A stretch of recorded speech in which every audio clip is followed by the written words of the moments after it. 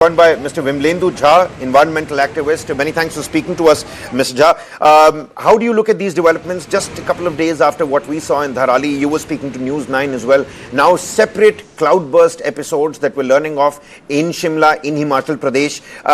What is Mother Nature really trying to tell us? So I think, it's a clear sign that we have actually been taking these climate events very, very lightly as a country, as a policy, as governance, as action on ground. Repeatedly for the last several years, we've seen more and more, in the sense in terms of frequent as well as intense climate events that have been taking place.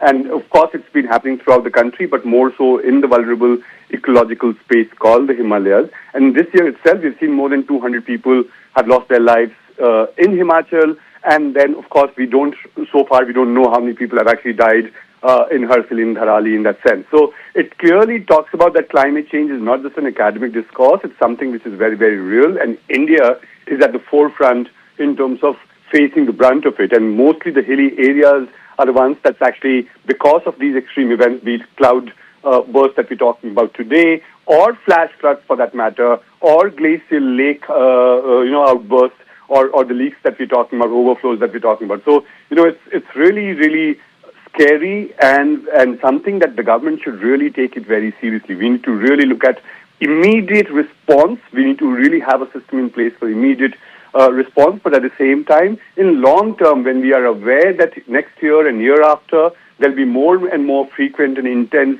climate events, what's the plan? What is the preparation? What is the village level or perhaps district level, state level, or for that matter, the entire region level climate mitigation plan that we have? As of now, we don't have any plan, and that's the reason why we actually have so many events, so many accidents, so many disasters, and all of them, of course, we're looking at the disaster or the impact of these cloudbursts also gets accentuated or gets multifold primarily because of the construction, urbanization, or the kind of development that we have followed in these hilly areas in the Himalayas.